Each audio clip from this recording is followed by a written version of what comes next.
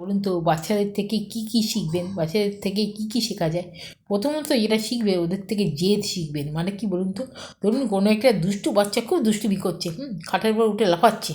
আপনি বারণ করলে, "এই লাফাবি না ওখানে।"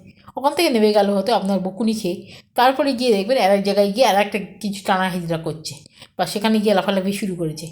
আপনি বলে যান, সে তার মতো কাজ করে যাচ্ছে। আপনার কথা সে শুনবেও না। ঠিক তেমন আপনি যেটা মন থেকেই করার চেষ্টা করবেন সেই কাজটা এই বাচ্চাদের মতোই করতে হবে। মানে হারগিজ আপনাকে যেন থামানো না যায়। আপনি যেটা করবেন ভাববেন সেটা করেই ছাড়বেন। এই হচ্ছে আসল জেদ, বাচ্চাদের থেকে শিখবেন। আর দ্বিতীয়ত হলো ওদের থেকে আগলে রাখা কীভাবে, আগলে ধরে রাখাই কীভাবে এটা শিখতে হবে। মানে কি বলুন তো?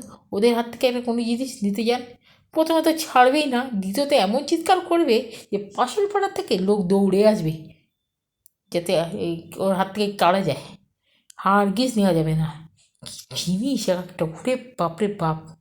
এই দুটো যদি শিখে যান না, বড়োবেলা অবধি থেকে যান আপনার সাথে, আপনাকে আর দেখে কি একদম নাম্বার ওয়ান হয়ে যাবেন আপনি। যেটা ভাববে সেটাই করবে, আর হাত থেকে কিছু কাড়া যাবে না। যেটা আঁকড়ে ধরে রাখবে তো সেটাই চাই। এই দুটো জিনিস যদি আপনি শিখতে পেরেছেন বাচ্চাদের থেকে, বা বাচ্চাবেলায় এই অভ্যেসটা যদি আপনি ধরে রাখতে পেরেছেন, তাহলে আপনাকে আর পায় কি? এই হচ্ছে আসল ব্যাপার। বড়োরা তো এসব পারে না, ছোটোরাই করে। ওই জন্য ছোটোরা তো এত ভালো। বড়রা কিছু পারে নাকি? পারে না।